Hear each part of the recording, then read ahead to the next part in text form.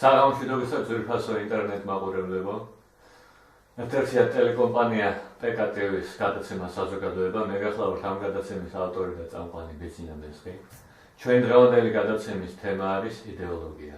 ჩვენ გადაცემის სტუმრები არიან წმინდა ნიკოლოზის ქრწანისის წმინდა ნიკოლოზის ეკლესიის მოძღვარი და ასევე სასულიერო აკადემიის სემინარიის თეოლოგიის პედაგოგი მღვდელი ლონგინო სუარიშვილი და მოგესალმებით მამაო დავლოცეთ და ბატონები რიჩარდ ნიჟარაძე და სვიად ჯაფარიძე.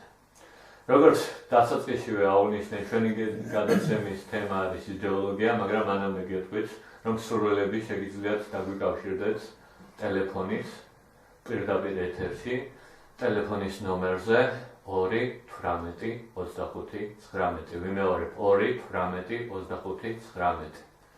მას ასეთ ვიფასო მეგობრებო ვიწყებთ ჩვენს გადაცემას და პირველი კითხვა ასეთი იქნება, რა არის იდეოლოგია ზოგადად, საერთოდ, რადგან დღეს ძალიან დიდი აღრევა არის, ძალიან ასე ვთქვათ, არაერთგვაროვანი, მეტიც უпростоრად ერთობ არაერთგვაროვანი დატვირთვა აქვს თვითონ ამ ტერმინს, ამ ცნებას იდეოლოგიისას და თქვენგან როგორც სასულიერო პირისაგან დავიწყოთ. უშუალოდ იდეოლოგიის განმარტება, კლასიკური განმარტება. მე როგორც სასულიერო პირი მე ალბათ უფრო მემინდა ეს საეკლესიო კუთხით შევაფასო იდეოლოგია და არა პოლიტიკური კუთხით, იმიტომ რომ პოლიტიკური კუთხით ვიმშოროთ ყველა ადამიანი ვინც მოდის სათავეში, ეს მეფე იქნება, იმპერატორი იქნებოდა თუ თანამედროვე ეპოქაში პრეზიდენტი, თავს თვითონ შექმნას თავისი გარშემო ისეთი იდეოლოგია, რაც მას აწყობს. რა თქმა უნდა, საეკლესიო შეფასება იდეოლოგიისა ბევრად სხვანაირია. მე ვფიქრობ, რომ იდეოლოგია, რომ რაღაცას ემსახურებოდეს და ემორჩილებოდეს ადამიანი, რომელიც ადამიანის ცხოვრებას გარკვეულ ჩარჩოებში სვავს, ეს პირველ რიგში ქრისტიანი ადამიანის არის რწმენა ღმერთის მიმართ. აქედან გამომდინარე, შეიძლება ითქვას, რომ სარწმუნოება არის იდეოლოგია გაგებით, რომ ჩვენ ყველამ ის კანონებს ვემორჩილებით და შეიძლება ითქვას, რომ ყველასთვის ახაც საერთო ცნებებია, რასაც კაცობრიობა უნდა ემორჩილებოდეს. მაგრამ მეორე მხრივ არ არის იდეოლოგია, რადგანაც ეს არ არის ადამიანის მიერ შექმნილი და ღმერთი ადამიანს არ შეუქმნია. აქედან გამომდინარე, იდეოლოგია რაღაცა კუთხით დადებითი, ასე ვთქვათ, მოვლენა და დადებითი ცნება. მაგრამ ის როცა ადამიანი დგას სათავეში, რა თქმა უნდა, უარყოფით ცნებას იძენს. და შეიძლება უფრო უარყოფითი, ასე ვთქვათ, შედეგებიც კი მოიტანოს კაცობრიობაში. რადგანაც აქვე ისე ხაზგასმა მინდა, რომ სამთო ცნებები ეს არ არის ადამიანის შექმნილი. აქედან გამომდინარე, რადგანაც ყველა ის ცნება, რომელიც მოიცავს განუხრთული წარმავლობისა, ის არის ზეადამიანური და შესაბამისად ყველა ადამიანისთვის დადებითად არის მორგებული, რომელიც დადებითად აისახება მის ცხოვრებაზე და როდესაც ადამიანის მიერა შექმნილი რაღაც იდეოლოგია და სულ ყოფილის, როგორი ჰუმანურიც, როგორი კაცმოყვარეც, ან როგორი განათლებულიც არ უნდა იყოს ადამიანი, ის ვერ შექმნის ისეთ ორიგინალურ, ასე ვთქვათ, უნივერსალურ იდეოლოგიას, რომ ყველა ადამიანისთვის იყოს მორგებული. გასწავლოთ პირდაპირ ეთერში ზარია. გესმენთ პირდაპირ ეთერში ხართ? გამარჯობათ, მოგესალმებით ბატონო ბიძინა, თქვენთან ვსწავლეთ. გამარჯობათ. გადაცემა გაქვთ, მინდა ერთი ასეთი შეკითხვა დაგისვათ თქვენთან ვსწავლეთ.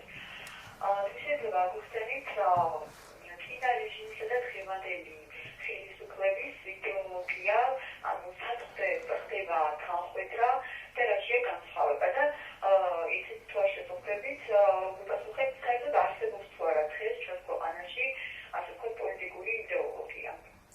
დიდი მადლობა. ნახავთ.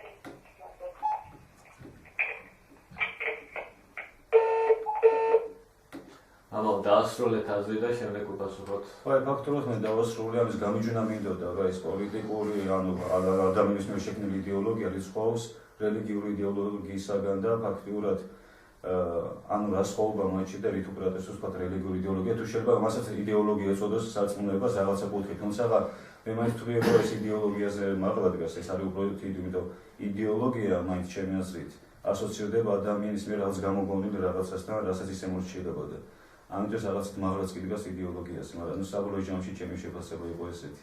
დიდი მადლობა ბატონებო, ახლა თქვენი აზრი და შემდეგ შეიძლება კარგად ჯერ ამ ჩემს დასმულ კითხვაზე და შემდეგ მივაბათ ეს ქალბატონი. ეს კითხვაც ასე ვთქვათ. რა თქმა უნდა, ახლა იდეოლოგია მამამ ისაუბრა რელიგიური კუთხით.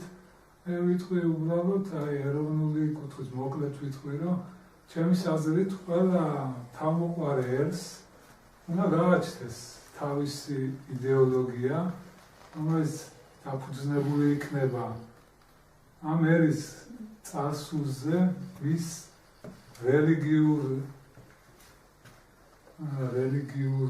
აღსარებლობაზე და ამ ძირითადად და რა თქმა უნდა გათვალისწინებული უნდა იყოს თანამედროვე ეპოქის გამოძახილიც. ამაზე უნდა იყოს ძირითადად იდეოლოგია აგებული ყველა ქვეყნის.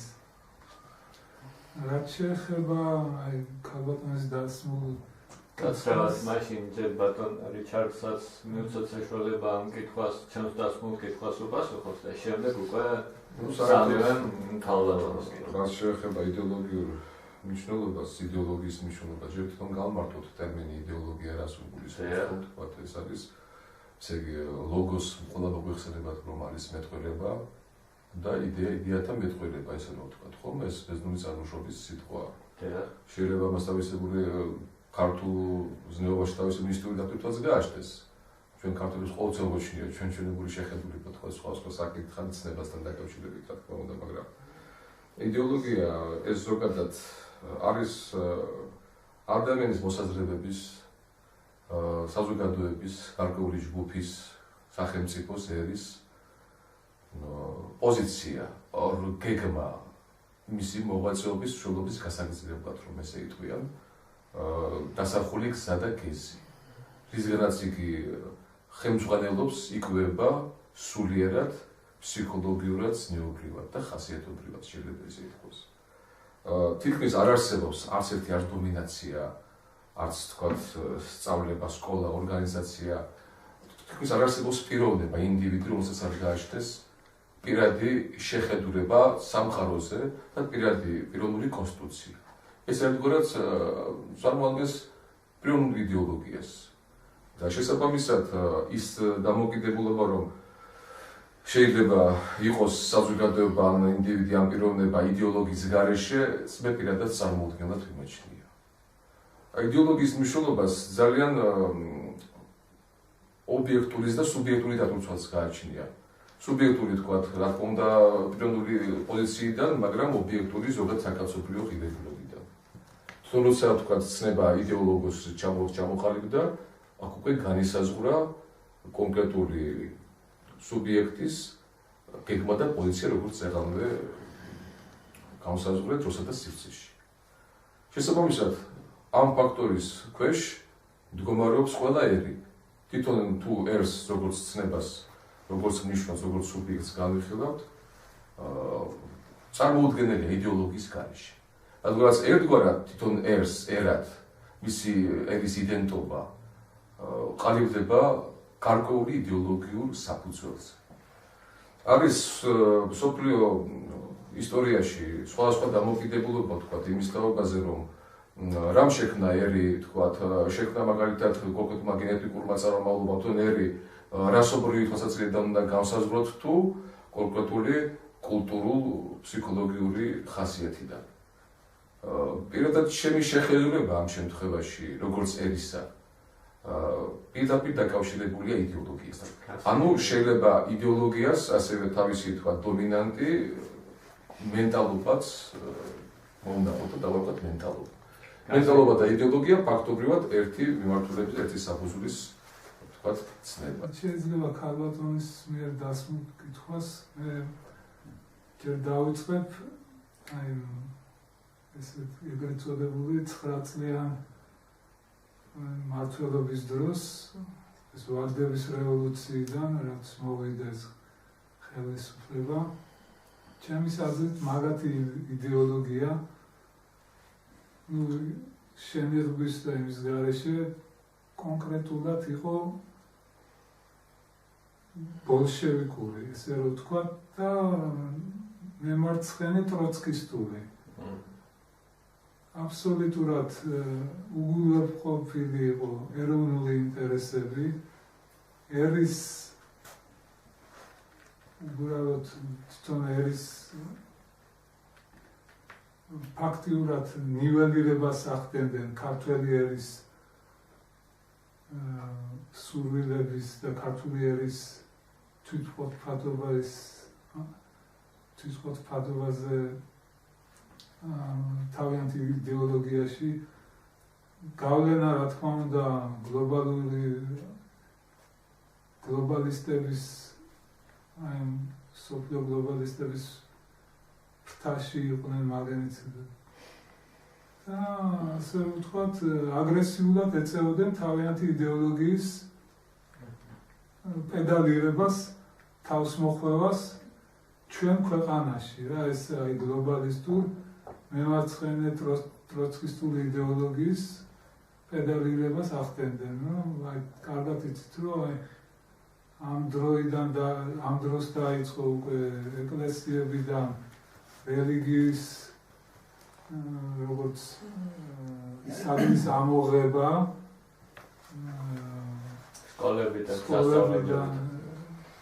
სკოლებიდან ამოღება, სასწავლებლიდან ფაქტიურად ფარული დევნა იყო ეკლესიის, მიუხედავად იმისა, რომ ასე თუ ისე სახელმწიფო ფორმალურად თანხებს გამოყოფდა ეკლესიისთვის, ფაქტიურად ეს იყო ულტრა მემარცხენე ათეისტური იდეოლოგიით გამსჭვალული მთავრობა. რაც შეეხება თანამედროვე ახლა ეს ეგრეთ წოდებული ოცნების მთავრობას, აქ ასე რომ ვთქვათ, დიდად არაფერი არ შეცვლილა. მაგრამ რა თქმა უნდა, შედარება არ არის იმ მხრივ, რომ უფრო წნეხი შესუსტდა, რა თქმა უნდა, ისეთ არებძვიან ეროვნულობას და ეროვნულ იდეოლოგიას, ასე თუ ისე, მაგრამ მაინც ეს არის გლობალისტური, ეს მთავრობაც არის აი ამ თანამედროვე მსოფლიო გლობალისტური იდეოლოგიის ფეხის ამყოლი. არა, რა თქმა უნდა, შედარებით უფრო რბილი მეთოდებით ახორციელებენ ამას და ქართველი ხალხისთვის ვერ ვიტყვი, რომელი უფრო საშიშია, იმიტომ რომ სამტერი პირდაპირ ესე ვთქვათ შუბით და ხმლით მოდის, მაშინ უფრო ორგანიზდები და წინააღმდეგობას უწევდა. აი ახლა შედარებით უფრო მოდუნებულ მდგომარეობაშია, რა თქმა უნდა, იმიტომ რომ ბევრს გონია, რომ ვითომ შეიცვალა მდგომარეობა, მაგრამ ჩემის აზრით არ შეცვლილა და ეს დაამტკიცა ეგრეთ წოდებულმა ანტიდისკრიმინაციულმა კანონმა, რომელიც ისე მიიღეს, რომ მით უმეტეს არც ეკლესიის და უმრავლესობა, რაც აბსოლუტური უმრავლესობა ქართველი ხალხის ნება არ იყო გათვალისწინებული. მოდით, აი მე ასე დავიწყებ ამ საკითხს. მე უფრო მეგონა რომ კონკრეტულად იდეოლოგიის გარშემოს და მის ცნების და ზოგადად ეკლესიასა და იდეოლოგიას შორის დამოკიდებულობის საკითხზე ვისაუბრეთ, მაგრამ ახლა მაინც უკვე პოლიტიკურ საკითხზე გადავინახოთ. დაპასუხოთ უბრალოდ მაყურებლის კითხვას. საერთოდ კიდევ და კიდევ ქართული საზოგადოების წინაშე ოდიშ მოვიხდი, იმიტომ რომ ეს ჩემი კომპეტენტური პოზიციიდან გამოვდივარ და ეს არ ნიშნავს, რომ თქვათ ჩემიც ეს პირადი აზრია. და აქედან გამომდინარე, ჩემის აზრით ზოგადად დავიწყოთ იქიდან, დავიწყოთ ჩვენი ისტორიის უახლოესი წლებიდან, 9 აპრილის ეპოქიდან, როცა 9 აპრილი მოხდა და არსებობს ასევე შემორჩენილი კადრები, რა მდგომარეობაშია საზოგადოება, სანამ მასზე განხორციელდება ამ ღამის აქციაზე ეს რუსეთის ტანკების შეცვლა ხომ თქვა და არის ლიდერები, რომელი ლიდერების ვიად გამსახურდია მერაბ კოსტავა, არის ასევე პატრიარქიც და ამ დროს ხდება პროიტყვიან ერის დაფიცება და ითხოვენ მამაო ჩვენოს. აი ეს კადრები არსებობს, მოგეხსენებათ, ეს ცნობილი კადრებია და პირველ რიგში აი ხაზი გავუსვამ, იმაზე გამოვყოფ თქვათ, რომ ეს არის ფაქტობრივად ეროვნული მოძრაობის დასაწყისი შეიძლება ისე ითქვას, სახელმწიფოებრიობისკენ, დამოუკიდებლობისკენ გადადგმული პირველი ნაბიჯები, რომელსაც მოგეხსენებათ რამდენი კატაკლიზმი და ახლდა განსაცდელი მოყვა ამ წლების განმავლობაში, მაგრამ თვითონ საზოგადოების ერის განწყობა, დამოუკიდებლობისკენ სწრაფული ერის განწყობა რაში მდგომარეობდა? ან რას გულისხმობდა, ვთქვათ, იდეოლოგიურად და ხასიათობრივად სულისმირად მაშინდელი საზოგადოება, როცა მას ჰქონდა პრიორიტეტები, მიზანი დამოუკიდებლობისკენ სწრაფისა. თქვენ წარმოგიდგენიათ, ერი კითხულობს მამაუჩვენოს. აღყრობილია ხელებით უფლისკენ და ხდება უფლის სახელით, ღვთის სახელით ერის კონსოლიდაცია ეროვნული იდეის ქვეშ.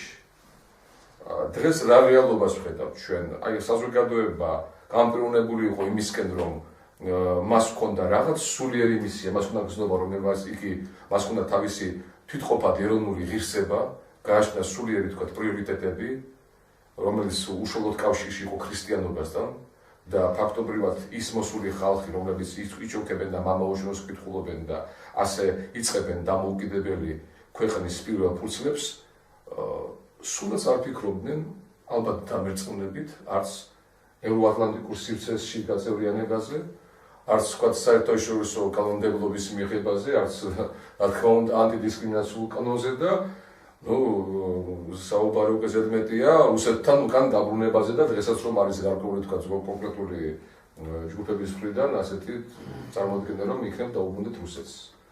ესე იგი შუა ზღვაში შეცურებული თქვათ გაქცეული რომ იტყვიან ტყვე უკან დაბრუნდეს ნაპირზე. ან დაიხჭოს ზღვაში. ასეთი რაღაცებიც ხდება, ასეთი პესიმისტური, ასეთი მოგეხსენება დღევანდელი რეალობის ქვეშ. თუ აი ამ ყველაფერს გავითვალისწინებთ, კითხვა ისმევა, რამე უნდა უყოფილიყავით, რას ვაპირებდით და დღეს კიდევ თქვა, თუნდაც ეს 9 წლიანი პოლიტიკური თქვა, განული ჩვენი კაკურსი, საით წავიდა, რას გულისხმობს, თქვა და როგორ მიგვაჩვიეს, თქვა, არა ეროვნულ აზროვნებას, არა ეროვნულ პრიორიტეტებს, იმ დასახულ მიზანს და გეს, რომელიც პირველმა ეროვნულ დამოუკიდებლობის მებრძოლმა ლიდერებმა და მისმა თანამოღვაწეებმა განსაზღვრეს და დღეს ჩვენ სად მივდივართ. აქ ისევ და ისევ საკითხი დგება, ვთქვათ, რომ რამდენად ვართ ჩამოყალიბებული იდეოლოგიურად და რამდენად ვემსახურებით იდეოლოგიურ საკითხებს, ზოგადად ესაც ერის იდეოლოგია, ესაც სახელმწიფოს იდეოლოგია. და შესაბამისად შეება შტაბეშჩინება და ალბათ აგერ კალბატონის შეკითხვას მე ამდენად უპასუხებ, რომ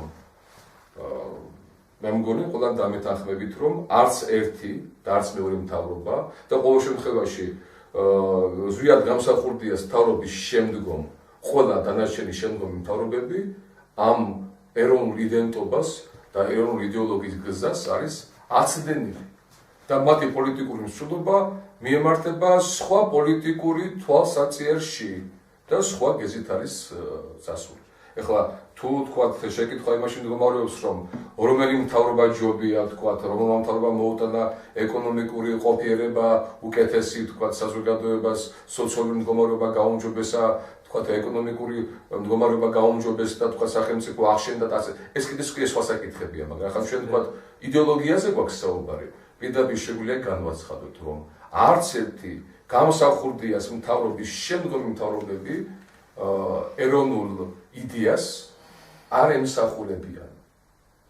შეიძლება თქვა განვაცხადოთ დღეს თამამად, რომ დღეს საქართველოს აქვს არჩეული ლიბერალისტური გზა, ლიბერალიზმის გზა, რომელიც აბსოლუტურად რადიკალურად განსხვავდება ნაციონალური თვითშეგნების გზასთან, რომელიც აბსოლუტურად განსხვავდება სახელმწიფოს როგორც ქრისტიანული სახელმწიფოს არსთან და აი ეს არის დღეს ჩვენი თქვა ეროვნული იდეოლოგიის რაკურსი და დედემალობა, ნალა თქვენ ხარ სურთ რაიმეს ფაქტობრივად პასუხი გაეცა და მე უბრალოდ ახლა პოლიტიკური შეფასებისგან თავ შევიკავებ. რა თქმა უნდა, საკმაოდ მეტი თქვა ყველაფერი და კარგით ხანო, ღრმესი მადლობა, ახლა რეკლამა ეთერში და შემდეგ გავაგრძელოთ საუბარი.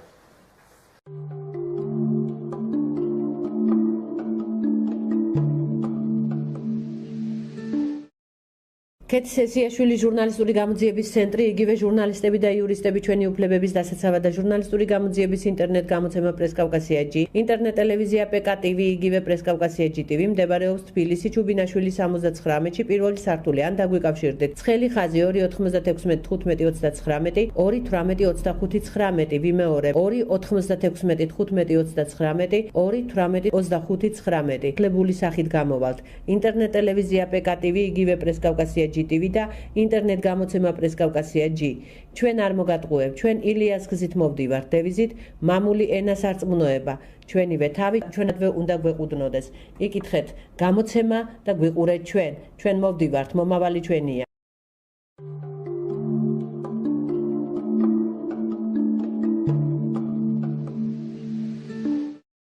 დავბრუნდით პირდაპირ ეთერში, ძვირფასო მეგობრებო. მოგესალმებით კიდევ ერთხელ, ჩვენ შეგახსენებთ, რომ ტელეკომპანია PK-TV-ს ეთერში ვიმყოფებით, ჩვენი გადაცემა არის საზოგადოებად, თემა იდეოლოგია.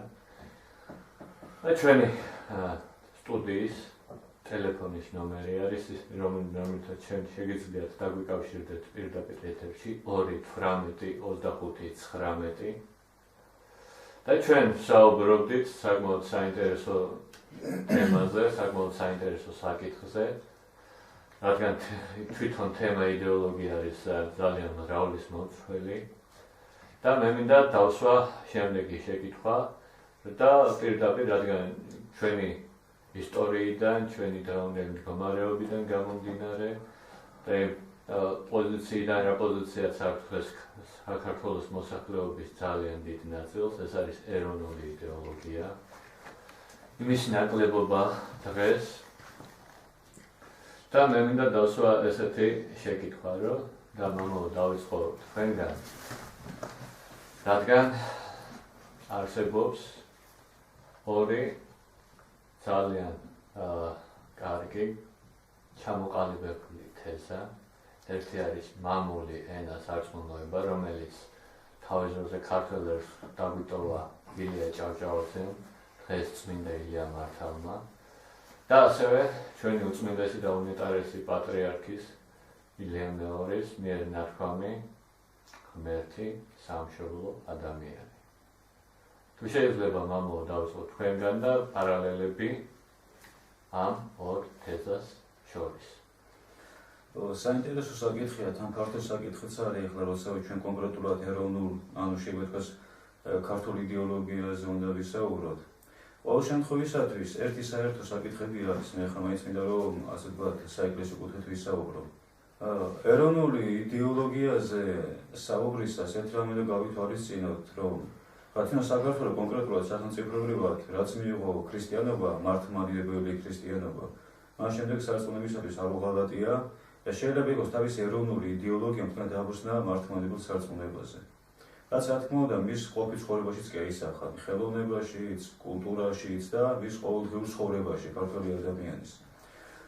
მაგრამ მეორე მხარია, ახლა ჩვენ როდესაც ვსაუბრობთ ეროვნულ იდეოლოგიაზე, ეროვნული იდეოლოგიის დაცვაზე საუბრისას, ჩვენ არ უნდა ვიგულისხმოთ, რომ ისა ჩვენ წინაპრებისგან გადმოგვეცა, რაც ოდითგანვე მოდიოდეს, ტრადიცია იქნება, რაღაცა კულტურა, რომ პირწმინდად ყველაფერი უნდა დავიცვათ. მაგრამ იგივე ილია მართალი ვახსენე ჩვენ წეღან, ის ძალიან საინტერესო რაღაცას წერს. ჯერ ერთი ის, რომ ერი ვერ იქნება წარმატებული, თუ მან არის ის თავისი ისტორია, ხო? ანუ ეს პერიფრაზირებას ვახდენ ჩვენი სიტყვებით. მეორე მხრივ იმასაც წერს, რომ ერი მაშინ ვითარდება, როცა თავისი წარსული ისტორიიდან ისაც უარ ყოფით იყო იმას განაგდებს, რაც დადებითი იმას ინარჩუნებს და კიდე თავის ახალს ამახავს. უკაცრავად დადია პირდაპირ ეთერში. გისმენთ პირდაპირ ეთერში ხარ? მოგესალმებით, ძალიან საინტერესო თემა, მით უმეტეს იმაზე, როდესაც საქართველოს საკლაობის უმრავლესობას ვერ გაუკვევია ქვეყნის მმართველი ძალა რა იდეოლოგიის მატარებელია. ეს პროდასალური ორიენტაცია, ეს რუსული ორიენტაცია და იქნებ ვინმე დაგვაყენოს გზაზე და გვიხარ რა იდეოლოგიის მატარებელია დღევანდელი საქართველოს მთავრობა. დიდი მადლობა შეკითხვისათვის.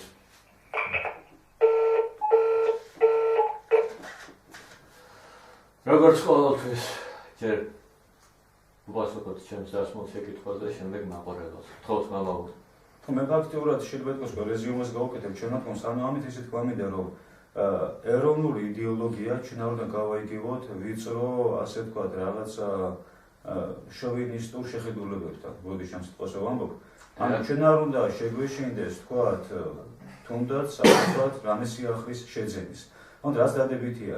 ერთი წმინდა მამა, დიდი წმინდა მამა, ქართველი მამა, რომელიც იმ დროს შეიძლება ითქვას აზიისა და ევროპის გასაყარზე მოღვაწეობდა ათონის თასზე, გიორგი თაცმიდელი, მის ცხოვრებაში წერია ერთი ეს საინტერესო ფრაზა, რომ ქართველები, როცა რამე სიახლე შემოდისო, ყოველგვარი ფილტრაციის გარეშე ვიღებთ მისი მიღება. ანუ კარგსაც სულაც ვიღებთ, ანუ რა შეიძლება ითქვას, უხეშად თქვა, ხამად ვიცით ყველაფრის დაწაფება. და დღესაც ესე ვართ. ანუ, როდესაც თქვა, ეხლა რუსეთი იყო ზენდიჩი და რაც რუსული იყო, ყველაფერს იმას ვეხარდებოდი და ჩვენი გვავი წყდებოდა. დღეს ახლა დროში ვიფრიალებს, რომ შევიდივართ ევროინტეგრაციის სივრცეში და ასე შემდეგ და დავახლოვდეთ ევროპას და ევროპული კულტურა და შემოვიდეს ჩვენში. აქაც ყოველგვარი ფილტრაციის გარეშე ხრებავთ იმას, რასაც გვთავაზობენ. რა მეორე კითხვა ისმის, რას გვთავაზობენ?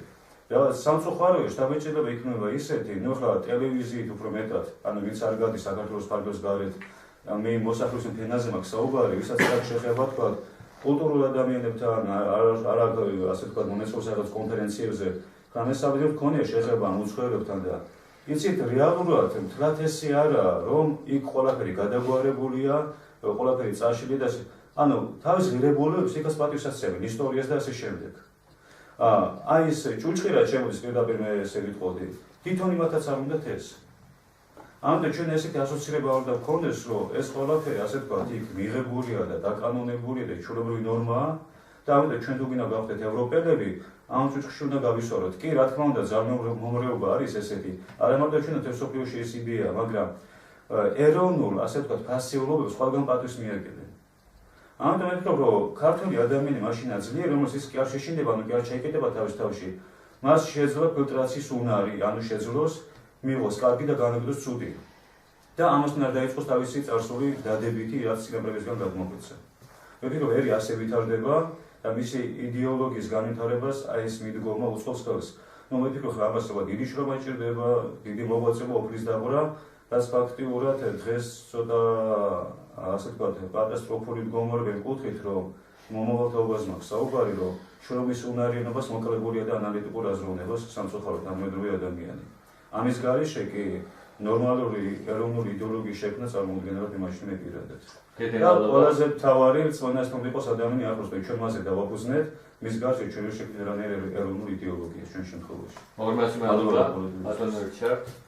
ესე იგი, რაც შეეხება თქვათ ზოგადად ეროვნულ შემეცნებას, ეროვნული იდეოლოგიის შემეცნებას, მე ვფიქრობ, რომ პირველად უნდა იყოს განსაზღვრული, რას ნიშნავს ქართველობა, ანუ თქვათ ეროვნული იდენტობა, რაში გულისხმობს, რა ცნება, რა განსაზღვრების არეალი აქვს.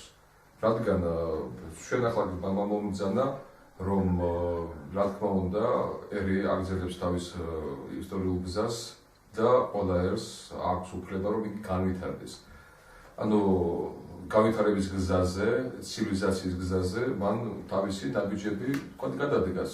აქ საუბარი არის თქვათ მეცნიერულ საკითხებთან დაკავშირებული, ტექნიკურ საკითხებთან დაკავშირებული, თქვათ შეიძლება ითქვას ზნეობრივ საკითხებთან დაკავშირებული გარკვეული ფაქტორები, მაგრამ თუ ჩვენ გვაქვს პრეტენზია, რომ ჩვენ როგორც ერი ვსახურობთ მარადიულ ღირებულებას, რომელიც დღეს სამწუხაროდ ხდება მატერიალისტური დევალვაცია, ჩანაცვლება და ფაქტობრივად აი ამ სულიერი საუნჯის აღმოკვეთა და რაღაც სოციალურად და ეპოქალურად მორგება და შეიძლება ითქვას თავზე მოხვევა კონკრეტულ ინდივიდზე ან სუბიექტზე ზოგადად საზოგადოებაზე.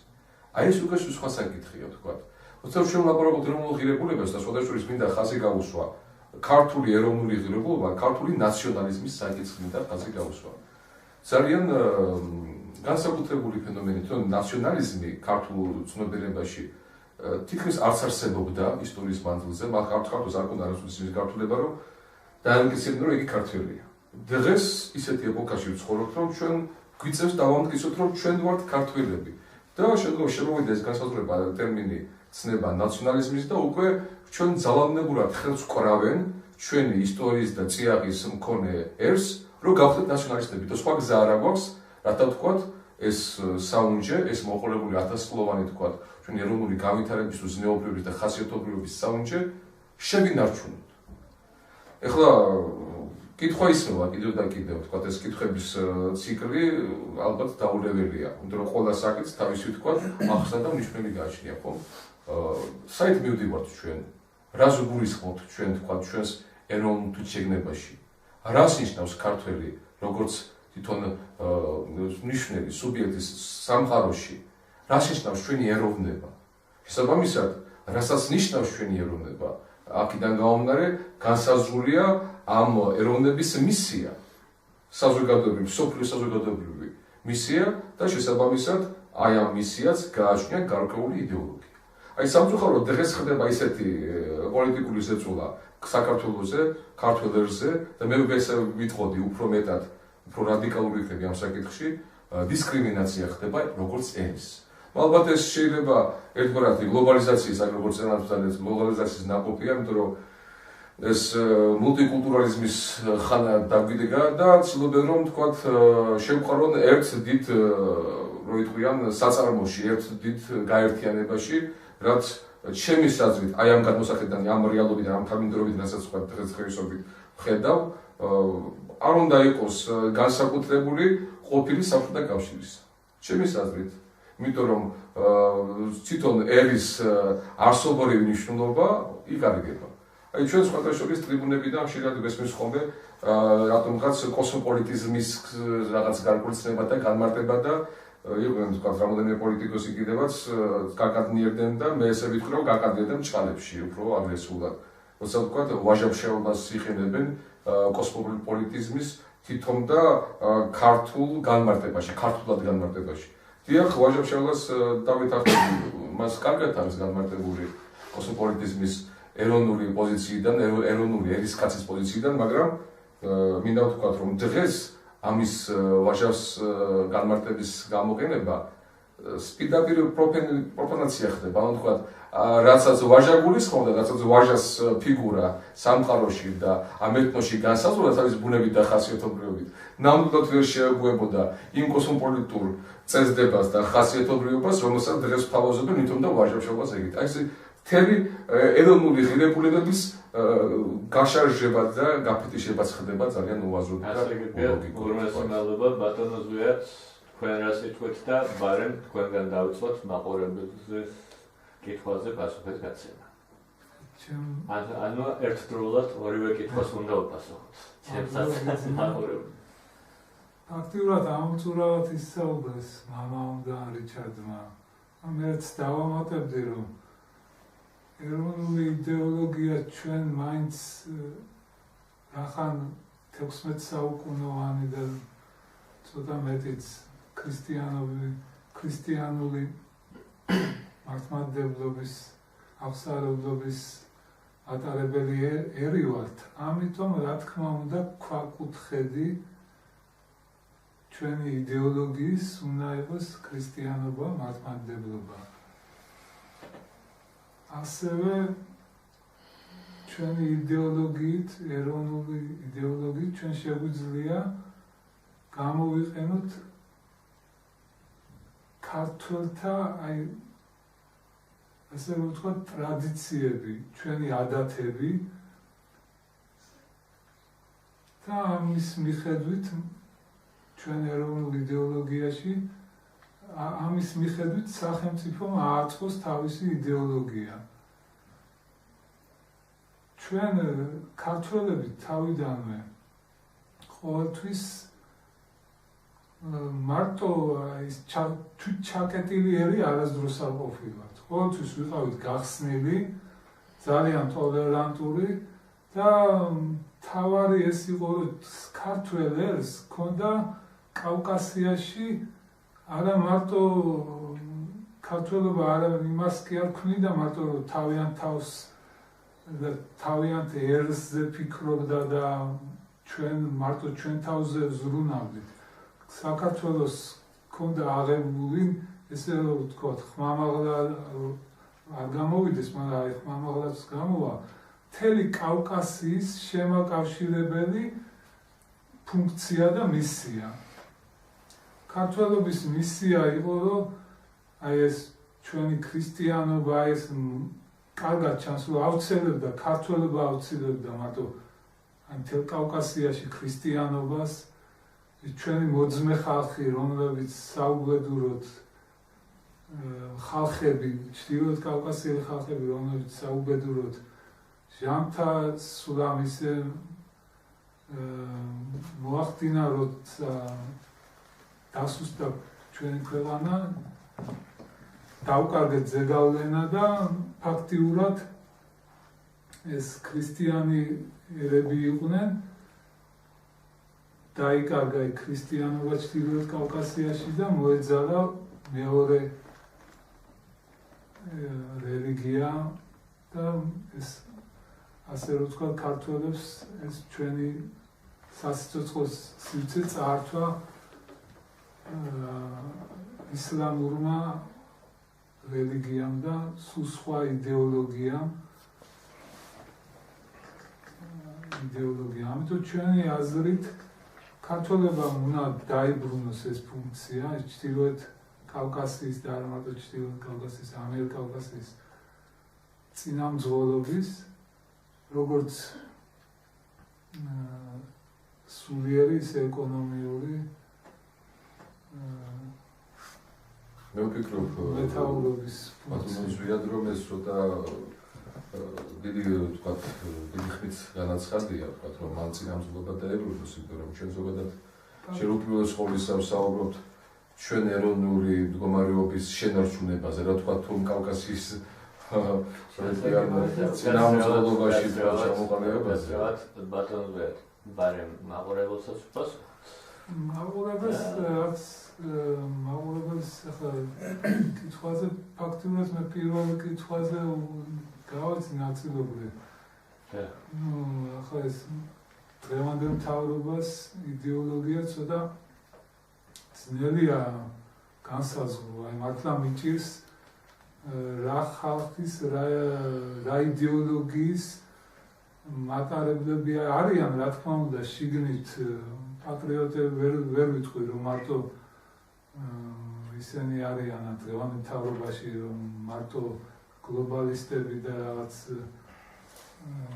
არაეროვნული ხალხი, მაგრამ ფაქტიურად ჩემის აზრით მაინც ეს არის, რომ დღევანდელ მთავრობას არ გააჩნია ეროვნული იდეოლოგია და დღევანდელი მთავრობა ესე გვინდა თუ არა, მაინც სოფიო დინებას მიყვება მდორედ და ასე ვთქვათ ეს ჩემის აზრით კარგს არაფერს მოუტანს ქართველებს. ჩემი უზადებული აზრია. მაყურებლის კითხვაზე საერთოდ მე ნამდვილად არ მინდოდა ასეთი შეფასების მონაწილე ყოფილიყავი, თქვათ, მინდა მოგეხსენოთ, იმიტომ რომ ეს ისეთი საკითხია, რომლის ზუსტი პასუხის გაცემა პირადად არ ვიმაჩნია, რომ ამ შემთხვევაში მე კომპეტენტური ვარ. შეიძლება გქონდეს როგორც რიგით მოქალაქეებს ჩვენი წარმოადგენები, თქვათ, და სამწუხაროდ დღეს ისეთი მდგომარეობა საზოგადოებაში, რომ სწორედ რომ აი ქალბატონის ზარის არ იყოს გაურკვევლობა არის, იმიტომ რომ სხვადასხვა ტენდენციები გამოიხატება, ვთქვათ, პოლიტიკურად, პოლიტიკოსების მხრიდან. უბრალოდ მე ზოგადად ვიტყვი, რომ არა ვთქვათ ზოგადად ჩვენი მთავრობა, დღევანდელი მთავრობა, არამედ საერთოდ ჩვენი რეალობის ყოფილი წინა თუ ზოგადად დღევანდელი მთავრობა და ალბათ კიდე მომავალში ახლო ხანში ვთქვათ შემდგომი მთავრობაც იქნება სოფლიო პოლიტიკის წნეხის ქვეშ, სადაც თავის ვასალობის პოზიციას კარგი ხნის განმავლობაში ვერ დათმობს. საერთოდ თუ მოუწია დათმობა, ალბათ ამ დათმობას ძალიან დიდი ეროვნული კონსოლიდაცია ჭირდება, თითოეულ მოქალაქეში პატრიოტიზმის განსაკუთრებული გრძნობა და ერთგულება. ზოგადად, რაც შეეხება ჩვენს მთავრობას და ჩვენს პოლიტიკოსებს, მე პირადად როგორც მოქალაქე არა ვარ მოყოფილი ჩვენი სამთავრობო კადრებით, ჩვენი პოლიტიკოსებით, რადგანაც მიმაჩნია, რომ რატომღაც ყველა მოდის, ახლა ეს არ არის მხოლოდ ჩემი მხოლოდ პოზიცია, ეს ზოგადად საზოგადოების პოზიცია, ვისაც მე მაქვს ურთიერთობა და ეს ხალხის გულის სკივილია. ყველა ადამიანი მოდის თითქოს და პოლიტიკაში დაპირებით, მაგრამ ჯერ არავის არ გვინახია, რომ დაპირება შესრულებული იყოს. საბოლოოდ ყველა მოსული კი იცავს თავის შირმას, თავის თქვათ პოლიტიკურ პარტიულ თქვათ პოზიციებს, რომ უნდათ მოსვლა, წასვლა არ უნდათ. უნდათ მოსვლა და კრიტიკა არ უყვართ. არ უყვართ საკუთარი შეცდომების აღიარება. ეს არის ძალიან რთული. სამწუხაროდ უნდა შეგაწყვეტინოთ, რადგან რეკლამა გვაქვს ეთერში.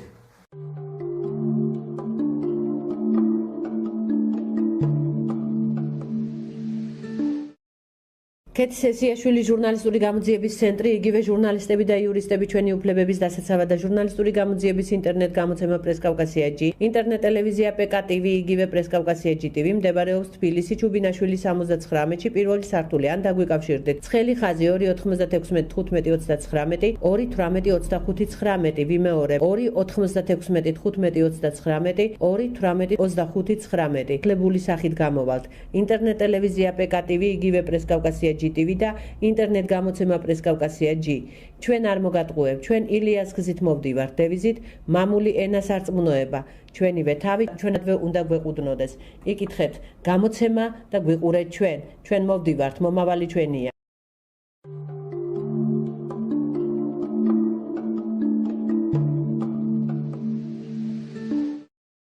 დავბრუნდეთ სტუდიაში, გრძელდება ჩვენი გადაცემა. და ძვირფასო მეგობრებო, ჩემო ძვირფასო სტუმრებო, მე მინდა დავსვა მორიგი შეკითხვა.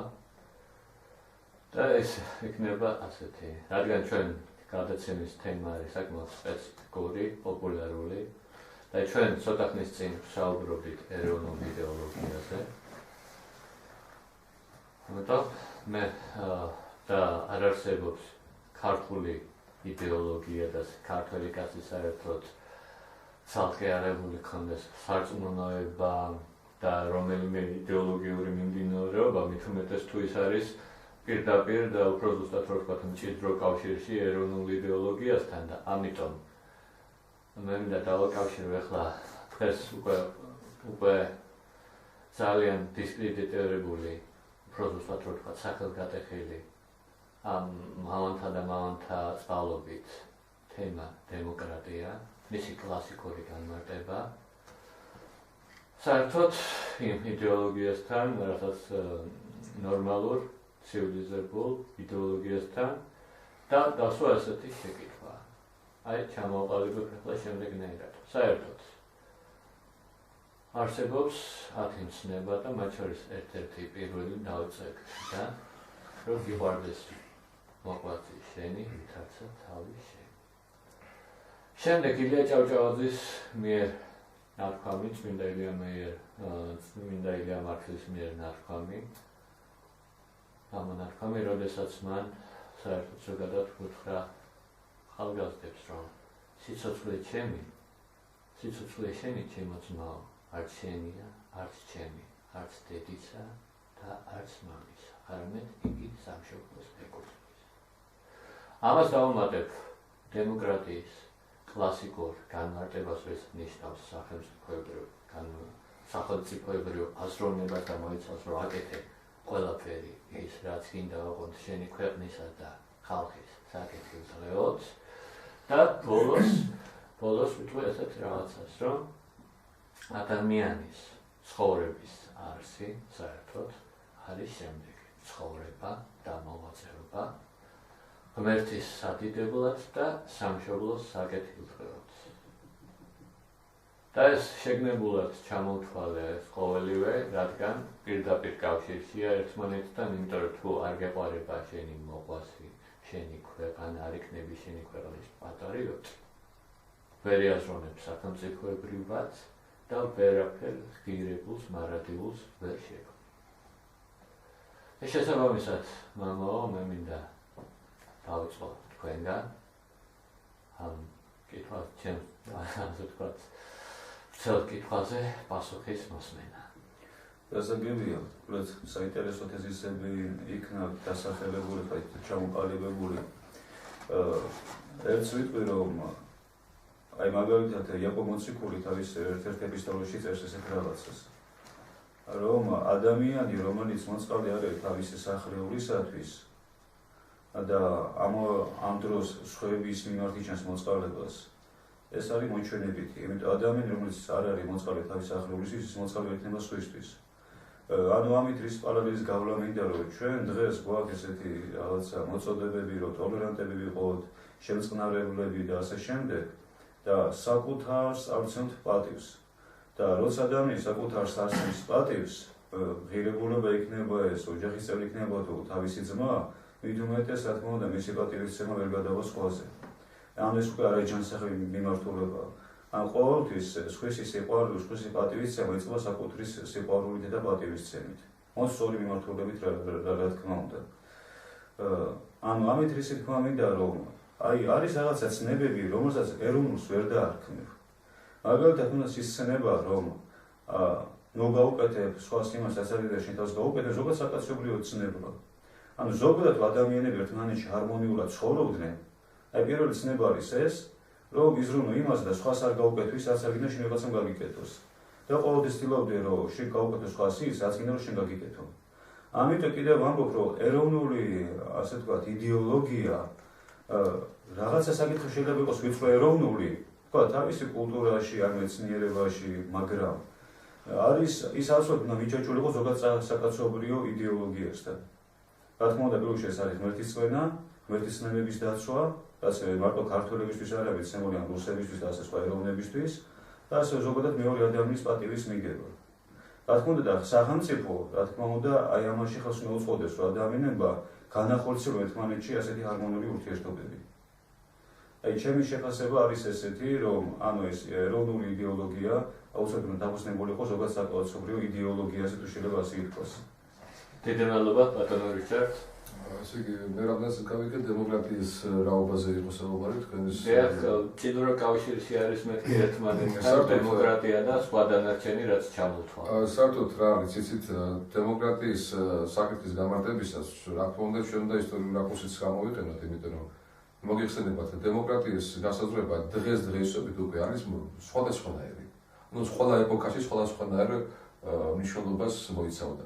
რა თქმა უნდა, კლასიკური დემოკრატიის განმარტება, ვიცით რომ ეს არის ხალხის ძალა, თქვათ, ხალხის უფლებები, ხალხის დადაცული უფლებები, მაგრამ ზოგადად თვითონ ცნება ლიბერალიზმის, რომელიც ეპოქას წამოეშველა, ძალიან შეცვალა დემოკრატიული ნორმების და დემოკრატიული საზრისების გაგება და აღქმა საზოგადოებრივად. დღეს უკვე ჩვენ მივახულობთ დემოკრატიის ფორმის იმ გაგებას და იმ გააზრებას, რასაც ქვია პირიქით, პატრიოტიზმი, დემოკრატიული პატრიოტიზმი არ გულისხმობს ეროვნულ პატრიოტიზმს. თქვენ წარმოიდგინეთ, აი სახელმწიფო, თქვენ ახლა ვსაუბრობთ, რომ როგორ სახელმწიფო ავაშენოთ, თქვათ, ხომ აი სახელმწიფოს თვის ზრუნვა და სახელმწიფოს თავის გაღება და იქ ილია ჭავჭავაძის პოსტულატები იყო, თქვათ, ახსენებით თქვენს მხრიდან ხომ ესია, მაგრამ ჩვენ თქვათ, ეროვნულ სახელმწიფოს ვაშენებთ, ეროვნულ ღირსებებზე და ღირებულებებზე დაყრდნობით და რა თქმა უნდა თავს პატრიოტულად უძღვნით ამ სახელმწიფოს, ჩვენ დავაყენეს იმ არჩევნის წინაშე, რომ გაუგნებიან, მაშინ თქვენ დემოკრატიაზე ღალატობთ. თქვენ წარმოგიდგენთ, როგორ დაბნეულები ვართ ჩვენ. რა და თუ თქვათ, თვითონ ჩავყებით ისტორიულ წიაღსვლას და თვითონ დემოკრატიის პირველ დაბადებას და ჯონ ბერძნევს გავიხსენებთ, სადაც როგორც ვიცით შეიქმნა და დაიბადა დემოკრატია ხომ ეს საბრძოლო საბერძნეთში და მოგიხსენებათ, რომ აი ასე არის ესეთი მოსაზრებაც, რომ ძირითადი ბერძნები იყვნენ დასახლებული პელაგიური ტომებით, რომელთაც მათ განსაკუთრებული თქვათ სამეცნიერო მეცნიერული კულტურული განვითარება მოუტანეს და ერთ-ერთი ფუნდამენტი რო იტყვიან ტომი იყო ბერძნული ეროვნული კულტურის შექმნაში, აქაველებთან ერთად რომ იტყვიან და შეიძლება ითქვას, რომ დემოკრატიის შექმნის ეპოქა სწორედ პელაგების განსაკუთრებულ როლს უკავშირდება. არის ასევე მოსაზრება, რომ პელაგების კიდე თქვათ ახლო კავშირი ჰქონდათ საქართველოსთან, შეიძლება ითქვას, რომ პირდაპირ კოლხური ტომები იყვნენ და ისე თუ ასეთი რაკურსით მივყვებით, მაშინ შეგვიძლია ვთქვათ, რომ ჩვენ ქართულ გენეტიკას გარკვეული წილიც უძღვის დემოკრატიულობის ცნების და არსის ჩამოყალიბებაში. ანუ ჩვენში ეს ცნება არსებობდა. ასევე ვთქვათ, თუ გავხსენებთ იგივე ქართლის ცხოვრების უძველეს ფურცლებს, სადაც მიჩნეული რომ საქართველოში იყო თქვათ ქურუმთა ინსტიტუტი, არ იყო ჯერ მეფე თქვათ, მამასახლისი იყო და საერო მმართველობა იყო. თუ ავიხსენებთ თქვათ მაგალითად იგივე ხეისბერის ინსტიტუტს ხომ თქვათ. ესე იგი ხალხოსნობა საქართველოსთვის უცხო არ არის. შესაბამისად ჩვენ როგორც ერი გაგვაჩნია თქვათ დემოკრატიული თვისობრივები, ანუ ჩვენ არ გვაქვს დიქტატორული ტირანული მიდრეკილებები. ასეთ ხშირ შემთხვევაში როცა ჩვენ რამე ნაციონალურ საკითხს წამოვწევთ ხოლმე წინ, ეგრევე მოგვაწევთ რომ აი თქვენ ხედავთ ნაციონალურ საკითხი წამოწიეთ წინ, პირშივე მოგვარდებიან თქოს რატომ დღეს ნაციონალიზმი აუცილებლად რადიკალურ ნაციონალიზმს უნდა იყოს გაიგივებული და ფაშისტად უნდა იყოს შერწყმული. არა ისეთი ერი როგორც საქართველოა თავის ისტორიის მანძილზე არავითარ შოვინისტურ მუხტს და თვისებას არ ატარებდა. იყო ფრედ დემოკრატიული ხასიათობრივად მიუხედავად იმისა, რომ დემოკრატიის უფრო ღრმა გაგება თქვა და უფრო არსობრივი მნიშვნელობა საქართველოს ისტორიაში უფრო ერისკაცობას ენიჭებოდა. ანუ ერისკაცობა თავად გულისხმობდა ლაღ ამაღ მოქალაქეობას, მამულისთვის თავდადებას და ამავე დროს ვერ მოგეხსენებათ ახლა თქვა გავიღოთ ელემენტად ერეკლე მეორის კარი. ერეკლე მეორის პიტერი იყო ნაბზენები, შეიძლება თავადაზნაური და რაღაც ტიტულირებული თქვა დარბაისელი გარკვეული რაღაცა დიპლომატიური მექანიზმი გაევლო რომ მისულიყო მეფესთან, მაგრამ უბალო ხალხოსანი, ანუ თქვა მაშინდელ გლეხს ეძახოდნენ ეროვანს. თქვა გლეხს ეს საბჭოური თქვა დანამატია გლეხის ეროვანის განმარტებისა. ეროვანს რომ შემოვიდოდა თუ მოვიდა მეფესთან უნდა რომ პირდაპირ შემოუშვით მეფესთან. ესე იგი როგორი დამოკიდებულება იყო მეფესა და მოქალაქის შორის. ეს უკვე დემოკრატიული ფენომენია. გამიგეთ აი რაში ესაკუთრებით თქვა, მაგრამ რას ნიშნავს დღევანდელი დემოკრატია? აი ამაზეა საუბარი და რამხელა თქვა როიტყვენ აი გაფეტიშების რაღაც პროფანაციის, შეთქმა რო ხომია პროფანაციის ამ ტერმინს, ხო და აი როგორ თქვა და როგორი დატვირთვა შეიძლება ამ ყველაფერმა. არის ესეთი თქვა იუმორული ნათქვამის თქვა რომ დემოკრატია ეს არ არის დღევანდელი დემოკრატია, ეს არის მხოლოდ ამერიკელი ხალხის მმართველობა.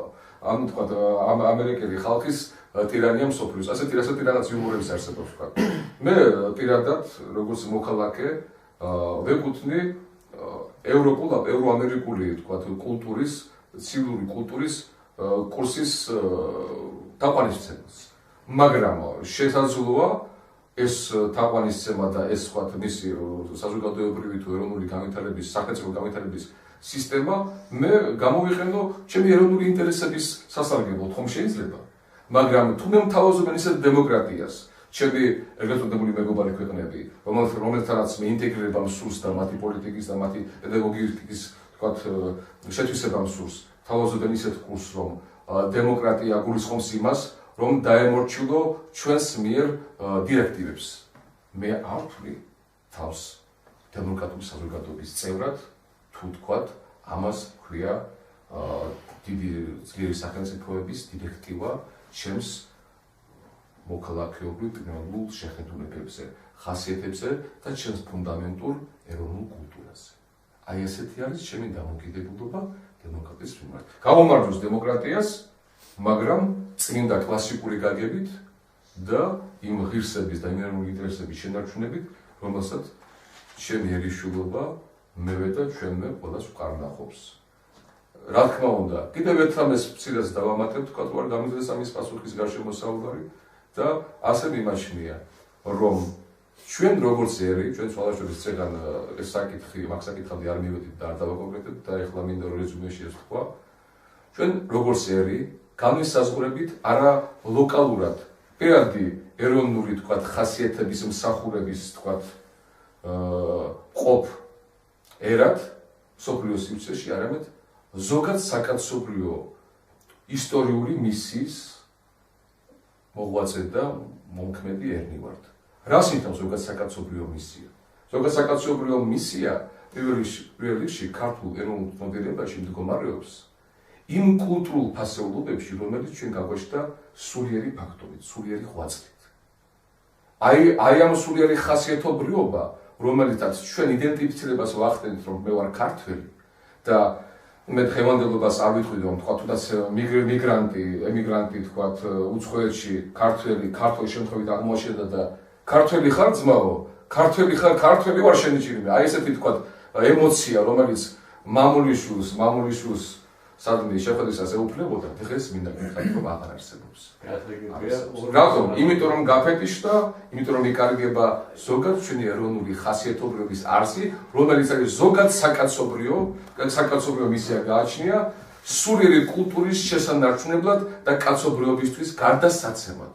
აი ეს არის ჩვენი თქვათ სახელმწიფოებრივი იდეოლოგიური მისია და ფაქტორი, რომელსაც დღეს ცდილობენ რომ დაგვიკარგონ და იმ დიდ ზღვაში, გლობალურ ზღვაში აღთქვიფონ, აგვირიონ მხოლოდ მორჩილ მულტიკულტურულ ერად, ტომად შეიძლება ითქვას, ყოველგვარი ცივილიზაციის მოგესალმება ბატონო რიჩარდ წაში.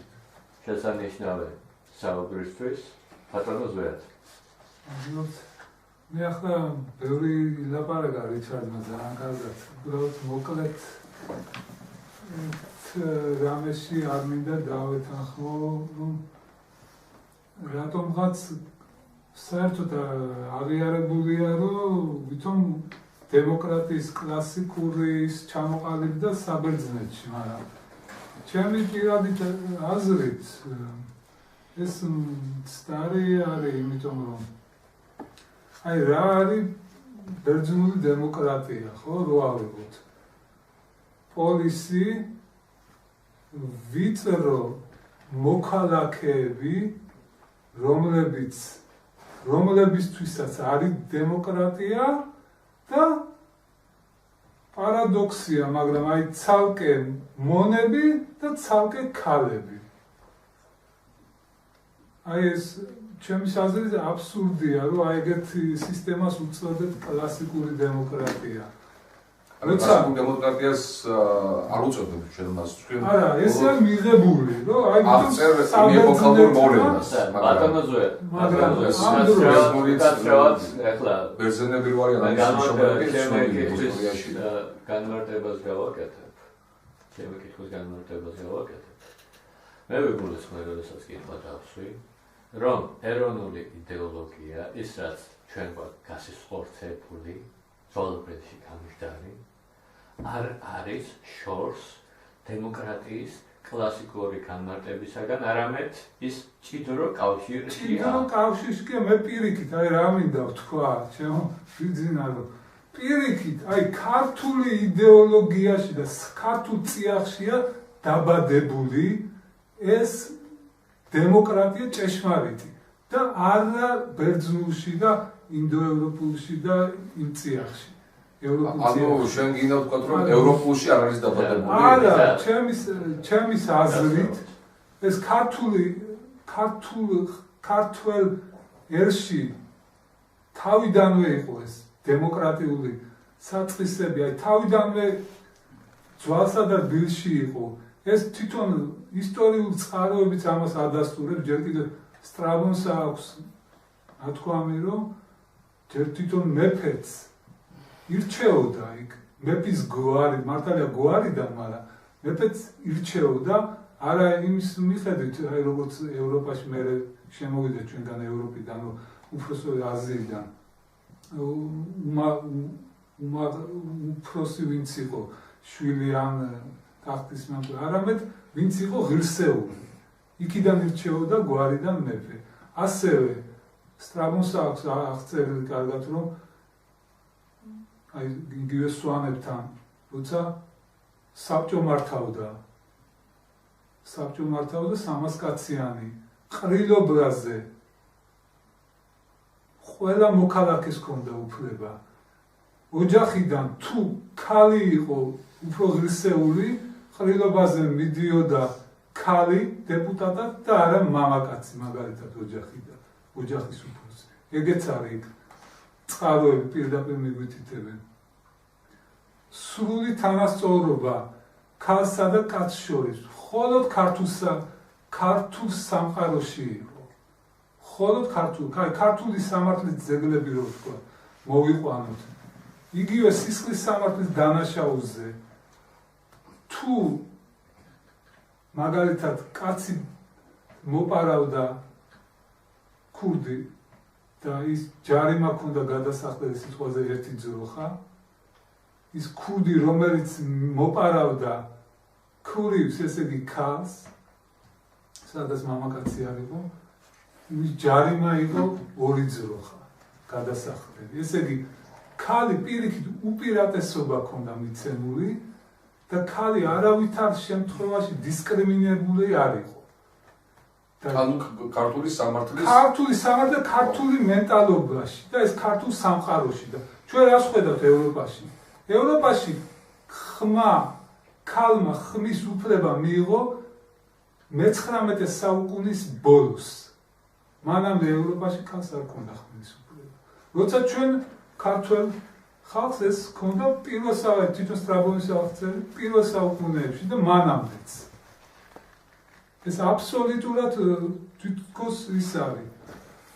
ბევრს არც ჯერა ეს, მაგრამ ესაა და მე ძალიან გული მტკივა, როცა ვიღაცები ევროპიდან მოდიან და ქართველ ხალხს ამდღეხელა კულტურის, ტოლერანტობის, დემოკრატიის მატარებელი კულტურის ხალხს გვასწავლიან ვითომ ბჭყალებში თუ როგორ უნდა მოვექცეთ ჩვენ ქალს, რომ გენდერული რაღაცა თანასწორებები და ახლა რაღაც გაპიარებულია, რომ კვოტები შემოვიღოთ პარლამენტში, რომ ქალმა მიიღოს 50% და სრული აბსურდამდე მიდის. ეს ვითომ ლიბერალური და ვითომ დემოკრატების მხრიდან, რომ ვითომ ჩვენ ვართ, ჩვენ ისე გვიდგებიან, როგორც ბოდიში და პაპუა ნოვა გვინეა და ესეთ ქვეყნები როა, სადაც მართლა უნდა შეიტანონ რაღაცა და იქ უნდა გაანათლო. ამ დროს ქართველი ხალხს ჩვენ პირველ რიგში ჩვენ ისტორიაში, ჩვენ წარსულში ჩავიხედოთ და ის ჩვენი კეთილსურვალები ევროპაში ჩავახედოთ და მერე როცა მადლობა ბატონო ზურაბ, ორმასი მადლობა.